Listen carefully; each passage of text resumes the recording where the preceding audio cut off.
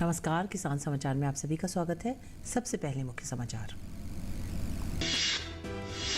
प्रधानमंत्री मुद्रा योजना के 8 साल हुए पूरे। छोटे स्तर पर व्यवसाय करने वाले करोड़ों लोगों ने उठाया फायदा।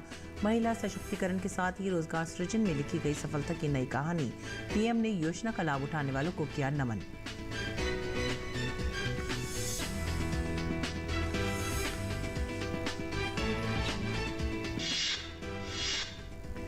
राजधानी दिल्ली में शुक्रवार को हुआ roller floor millers federation of India कार्यक्रम का आयोजन। बेमौसम बारिश और ओलावृष्टि के बावजूद खाद्य एवं सार्वजनिक वितरण विभाग को इस साल गेहूं के उत्पादन में 4 से 5% वृद्धि की उम्मीद।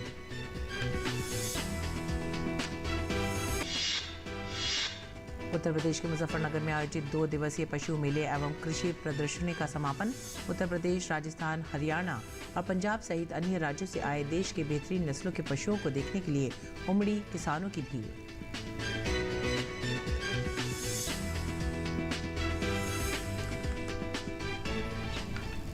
मुख्य समाचार के बाद खबरें अब विस्तार से। प्रधानमंत्री मुद्रा योजना के 8 साल पूरे हो गए हैं। 8 अप्रैल 2015 को शुरू हुई ये योजना लगातार छोटे व्यवसाय को सहारा देती आई है। इस योजना के तहत बेहद छोटे स्तर पर व्यवसाय करने वाले लोगों को सरकार की मदद से बैंकों से बेहद कम ब्याज पर ऋण मिलता है। इस योजना से इन छोटे व्यवसायों को बहुत लाभ मिलता है।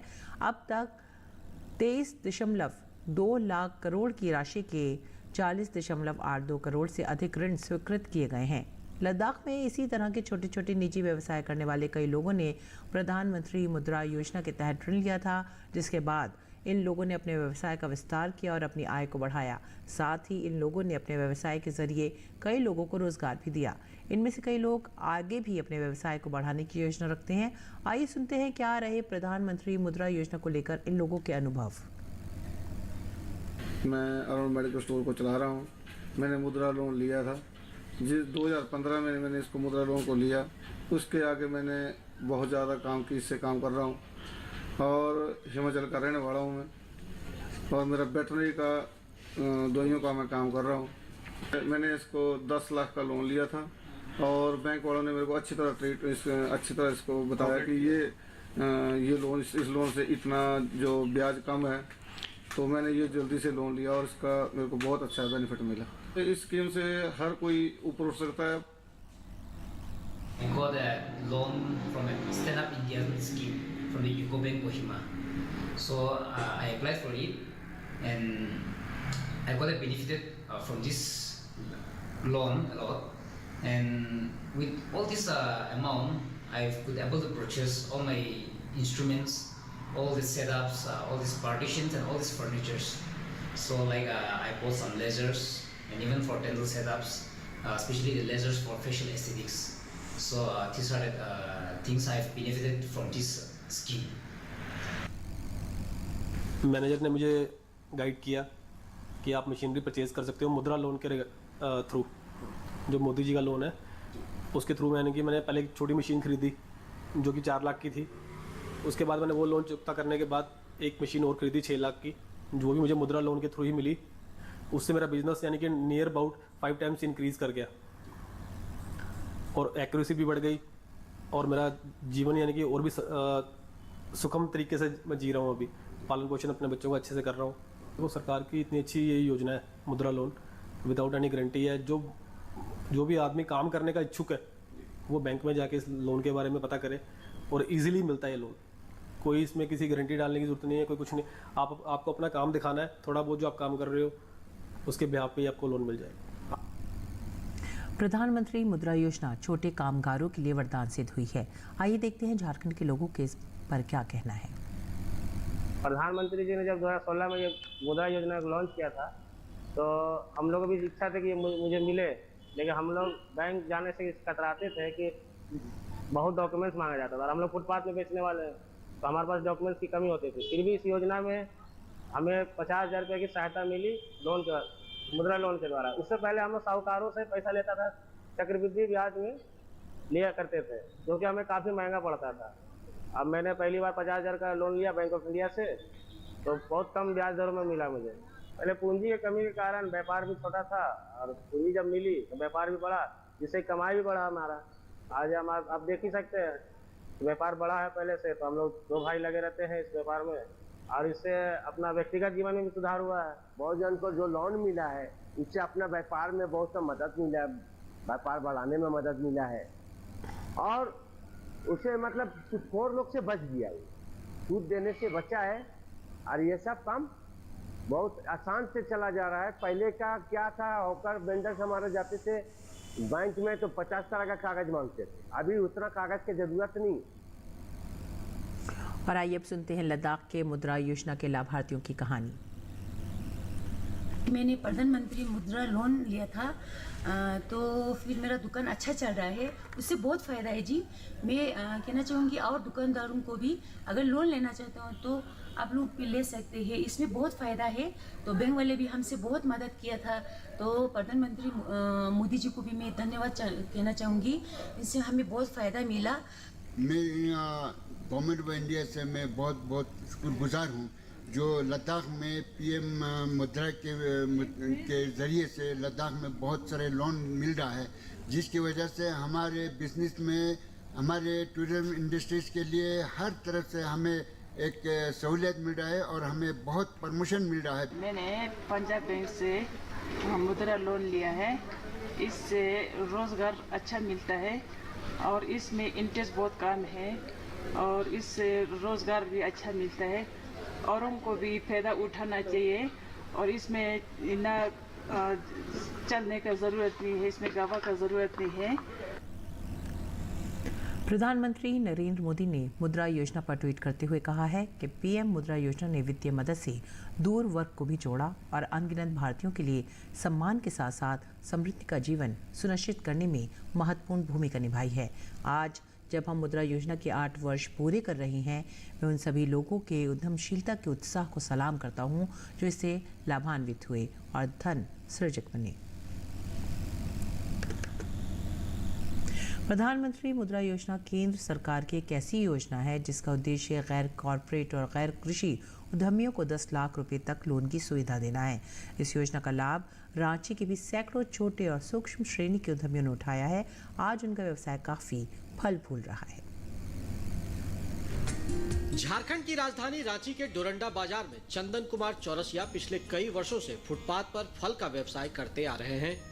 केंद्र सरकार ने जब प्रधानमंत्री मुद्रा योजना की शुरुआत की तब इस योजना का लाभ उठाने का निश्चय चंदन ने भी किया। चंदन को बैंक से 50,000 रुपए लोन की राशि मिली। समय से लोन की राशि का भुगतान करके चंदन ने अब तक तीसरी बार मुद्रा योजना का लाभ उठाकर अपने व्यवसाय को विस्तृत आकार दिया है। 50,000 का लोन लिया बैंक ऑफ इंडिया से, तो बहुत कम ब्याज दरों में मिला मुझे, जिससे मुझे काफ़ी मेरे पैसों की बचत हुई। अब मैंने उसे समय से पहले चुकता कर दिया तो मेरा सिविल स्कोर अच्छा हुआ, तो मुझे बैंक ने फिर से लोन दिया, वो भी इस बार 3 गुना दिया, 1.5 लाख दिया, तो उसको भी मैंने समय से भुगतान किया। फिर तीसरी बार मैंने एक बार और मैंने 1.5 लाख रुपए लिया, जिससे कि मेरे अपने व्यापार में काफ़ी सुधार हुआ। सरल कागजी प्रक्रिया और ब्याज दर कम होने की वजह से छोटे व्यवसायियों के लिए ये योजना किसी वरदान से कम नहीं है। यही वजह है कि बढ़ते व्यापार को संभालने के लिए आज चंदन का पूरा परिवार एक साथ काम में जुट गया है। अच्छी कमाई होने से चंदन के घर में खुशहाली भी देखने को मिल रही है। व्यापार बड़ा है पहले से, तो हम लोग 2 भाई लगे रहते हैं इस व्यापार में, और इससे अपना व्यक्तिगत जीवन में भी सुधार हुआ है। पहले अब हम लोग के बच्चे भी कॉन्वेंट स्कूल में जाते हैं पढ़ने, और घर में भी सुख सुविधा का सामान सब है ही, और घर बार भी बन गया है। प्रधानमंत्री मुद्रा योजना का लाभ लेने वाले अकेले चंदन ही नहीं है। इनके जैसे ना जाने कितने छोटे और मंझोले उद्यमी हैं जो इस योजना का लाभ उठाकर अपने व्यवसाय को बढ़ा रहे हैं। खास बात यह है कि इस योजना का लाभ उठाकर छोटे व्यापारी अब सूदखोरों के मकरजाल से मुक्त हो गए हैं। सूद देने से बचा है, और ये सब काम बहुत आसान से चला जा रहा है। पहले का क्या था, होकर वेंडर्स हमारे जाते थे बैंक में तो 50 तरह का कागज मांगते थे, अभी उतना कागज की जरूरत नहीं।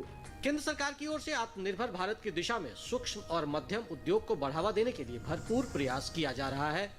इस दिशा में मुद्रा योजना अपनी 3 श्रेणियों शिशु, किशोर और तरुण के जरिए करोड़ों नवोदित उद्यमियों में नई उम्मीद जगा रहा है। वित्त से वंचितों का वित्त पोषण कर यह योजना लाभुकों के सपनों को भी साकार कर रहा है। रांची से करमबीर के साथ मैं दिवाकर कुमार। राजधानी दिल्ली में शुक्रवार को roller floor millers federation of India की तरफ से कार्यक्रम का आयोजन किया गया, जिसमें देश भर से फेडरेशन के कई सदस्य शामिल हुए। कार्यक्रम में मुख्य अतिथि के रूप में अपर सचिव खाद्य और सार्वजनिक वितरण विभाग सुबोध कुमार सिंह शामिल हुए। इस मौके पर उन्होंने कहा कि मंत्रालय और निजी क्षेत्र दोनों का अनुमान है कि मार्च अप्रैल में बेमौसम बारिश और ओलावृष्टि के बावजूद इस साल गेहूं का उत्पादन पिछले वर्षों की तुलना में 4 से 5% अधिक रहने की उम्मीद है। Roller floor federation of India ने एक स्टडी इनको असाइन की थी, उन्होंने अपने एस्टीमेट दिए हैं। तो एक कॉमन जो चीज़ है गवर्नमेंट के एस्टीमेट में और प्राइवेट एस्टीमेट में कि लास्ट ईयर से करीब 5 मिलियन टन वीट का प्रोडक्शन ज़्यादा है। तो और जो हमारा प्रोक्योरमेंट शुरू हुआ है उसमें भी वही रिफ्लेक्ट हो रहा है कि मतलब कल तक जो है पूरे कंट्री में 7 लाख टन गेहूं का प्रोक्योरमेंट हो गया है, और यही चीज़ जो पिछले साल थी वो करीब 2 लाख टन थी।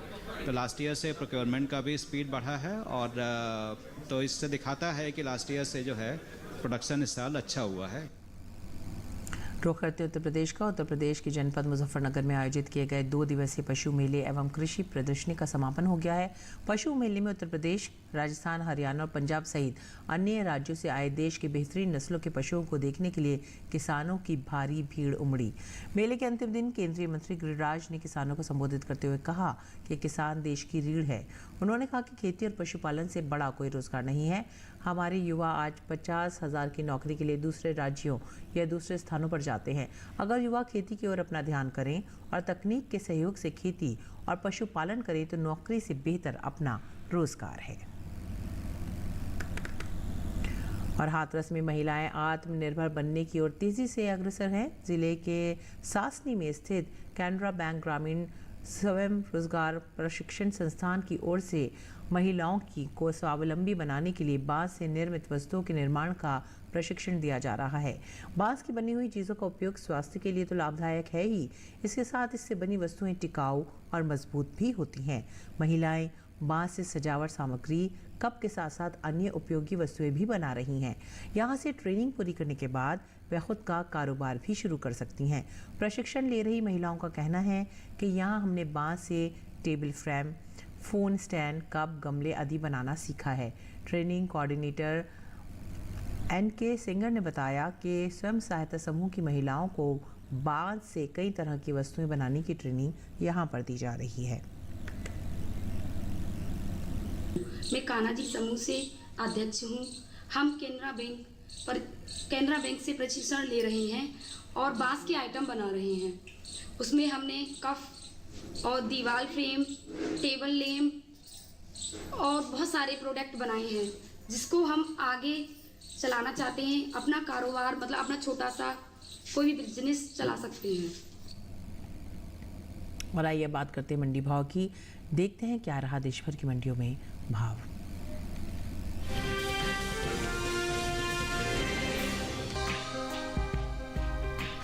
कृषि उपज मंडियों में इन दिनों धनिये की आवक सामान्य बनी हुई है। भाव की बात करें तो एग्मार्कनेट के मुताबिक गुजरात की धोराजी मंडी में 6 अप्रैल को धनिये का भाव रहा 6,005 रुपए, जो कि 7 अप्रैल को 175 रुपए की मजबूती के बाद 6,180 रुपए पर पहुंच गया। जबकि राज्य की ही राजकोट मंडी में शुक्रवार को धनिया 6,600 रुपए प्रति क्विंटल पर बिका। महाराष्ट्र की पुणे मंडी में 6 अप्रैल को धनिये का भाव रहा 10,500 रुपए।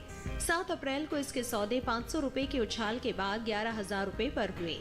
वहीं राजस्थान की कोटा मंडी में भी भाव में बढ़त का सिलसिला जारी रहा।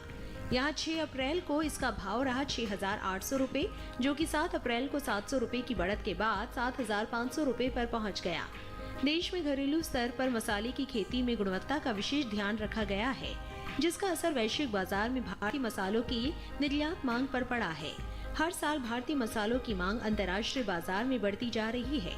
भारतीय मसाला बोर्ड के मुताबिक साल 2021-22 के दौरान कुल मसालों का निर्यात 15,31,154 टन के पार पहुंच गया है। वहीं बात धनिये के निर्यात की करें तो देश से होने वाले धनिये के निर्यात में इस साल कमी देखने को मिली है। साल 2021-22 के दौरान धनिये का निर्यात 10% घटा है। भारतीय मसाला बोर्ड के अनुसार वित्त वर्ष 2021-22 के दौरान धनिये का निर्यात 48,658 टन का हुआ है, जबकि बीते साल इस दौरान धनिये का निर्यात 57,359 टन का रहा था। यानी बीते साल के मुकाबले इस साल धनिये का निर्यात 8,701 टन घटा है। बता दें कि पिछले साल के मुकाबले इस साल धनिये की उपज में लगभग 5% से ज्यादा की कमी अनुमानित है। कृषि मंत्रालय के बागवानी फसलों के लिए दूसरे अग्रिम अनुमान के मुताबिक साल 2021-22 में 8,01,000 टन धनिये की पैदावार होने का अनुमान है, जो बीते साल की समान अवधि के दौरान 8,91,000 टन थी।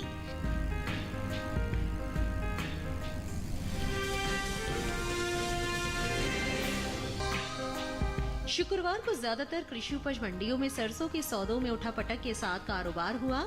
आवक की बात करें तो इन दिनों सरसों की आवक कृषि उपज मंडियों में सामान्य बनी हुई है। एग्बाक नेट के मुताबिक मध्य प्रदेश की काला पीपल मंडी में 6 अप्रैल को सरसों का भाव रहा 5,250 रुपए, जो कि 7 अप्रैल को 20 रुपए टूटकर 5,230 रुपए पर आ गया। राजस्थान की कोटा मंडी में 6 अप्रैल को सरसों का भाव रहा 5,050 रुपए। 7 अप्रैल को इसके भाव में 100 रुपए की तेजी आई और भाव जा पहुंचा 5,150 रुपए पर। उत्तर प्रदेश की महोबा मंडी में 6 अप्रैल को सरसों का भाव था 5,130 रुपए। 7 अप्रैल को इसके सौदों में 50 रुपए की नरमी आई और भाव हो गया 5,080 रुपए। जबकि गुजरात की राजकोट मंडी में शुक्रवार को सरसों का कारोबार 4,800 रुपए प्रति क्विंटल पर हुआ। ये साल तिलहनी फसलों की पैदावार के लिए अच्छा साबित हुआ है। मौसम की अनुकूलता का असर तिलहन की पैदावार पर देखने को मिला है। इस साल कुल तिलहन की उपज का रिकॉर्ड टूटने जा रहा है।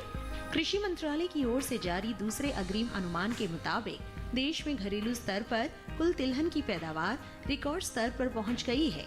साल 2022-23 के दौरान कुल तिलहन की पैदावार 400,01,000 टन होने का अनुमान है, जो पिछले वर्ष के तिलहन उत्पादन की तुलना में 20,38,000 टन अधिक है।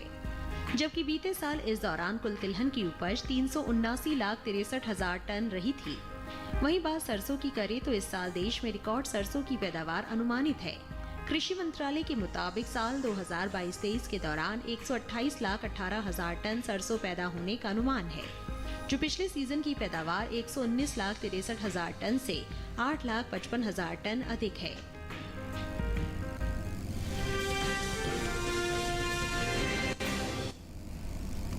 और आइए बात करेंगे मौसमी खेती की। किसान इस मौसम में कैसे रखें अपनी खेती का ख्याल, आइए देखते हैं।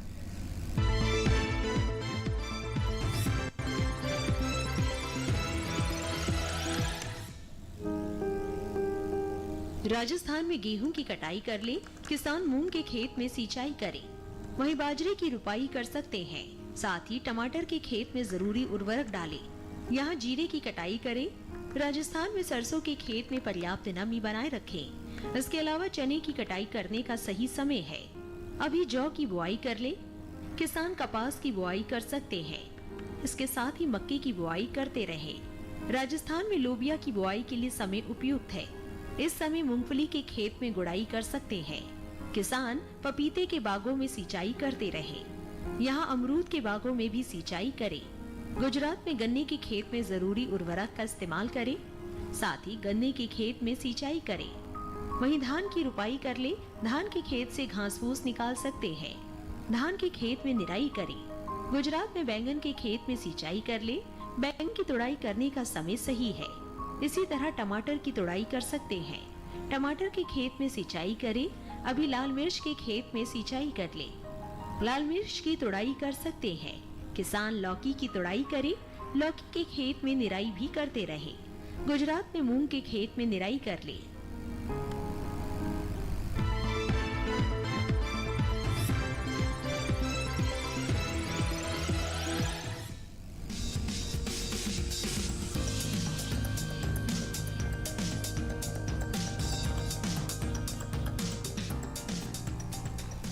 ये समय करेले की बुआई के लिए काफी बेहतर है। करेले की बुआई फरवरी, मार्च और जून, जुलाई में की जाती है। करेले की बुआई के लिए 1 हेक्टेयर के लिए 5 से 6 किलो बीज पर्याप्त है। बुआई करते समय ध्यान रखें कि पंक्ति से पंक्ति की दूरी 120 सेंटीमीटर और पौध से पौध की दूरी 60 सेंटीमीटर रखें। किसान करेले की कई किस्मों की बुआई कर सकते हैं, जैसे पूसा विशेष करेले की इस किस्म की बुआई उत्तरी भारत के मैदानी क्षेत्रों, खासकर हरियाणा और दिल्ली में की जा सकती है। इस किस्म की 1 हेक्टेयर में 150 क्विंटल तक पैदावार ले सकते हैं। इसका फल मोटा, मध्यम लंबाई वाला और चमकदार व हरा होता है। इसके अलावा पूसा औषधि सिलेक्शन एक किस्म भी लगाई जा सकती है। ये किस्म राजस्थान, गुजरात, हरियाणा और दिल्ली में लगाने के लिए उपयुक्त है। 1 हेक्टेयर में 198 क्विंटल पैदावार ली जा सकती है। इसका फल हल्के हरे रंग का और मध्यम लंबाई वाला होता है। किसान करेले की पूसा हाइब्रिड 1 की बुआई भी कर सकते हैं। उत्तरी भारत के मैदानी इलाकों में इसकी बुआई की जा सकती है। 1 हेक्टेयर में 200 क्विंटल तक की पैदावार ली जा सकती है। इसका फल मध्यम लंबाई और मध्यम मोटाई वाला होता है। इनके अलावा किसान पूसा हाइब्रिड 2 की भी बुआई कर सकते हैं। करेले की इस किस्म की बुआई पंजाब, उत्तर प्रदेश, बिहार, झारखंड, छत्तीसगढ़, ओडिशा, राजस्थान, गुजरात, हरियाणा और दिल्ली में की जा सकती है। 1 हेक्टेयर में 180 क्विंटल तक फसल ली जा सकती है। इसका फल गहरा हरा, मध्यम लंबाई और मध्यम मोटाई वाला होता है। अगर सिंचाई की बात करें तो करेले की फसल में गर्मी के मौसम में 5 से 6 दिनों के अंतराल पर सिंचाई करें। फसल में खरपतवार नियंत्रण के लिए समय समय पर निराई गुड़ाई करें। करेले की फसल में फल मक्खी के हमले की आशंका बनी रहती है। ऐसे में उचित दवा का छिड़काव विशेषज्ञों की सलाह से कीट प्रभावित जगह पर ही करें।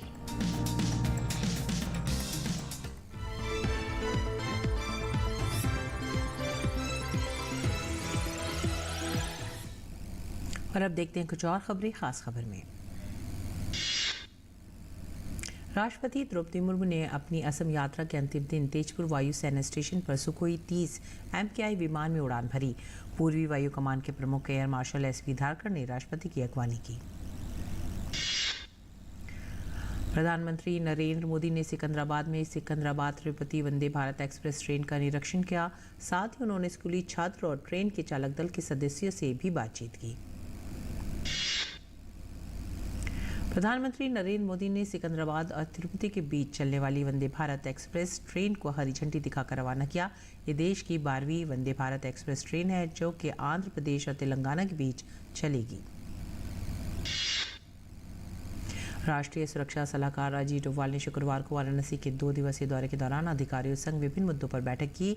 NSA ने दशाश्वमेध घाट पर विश्व प्रसिद्ध गंगा आरती में भी शिरकत की।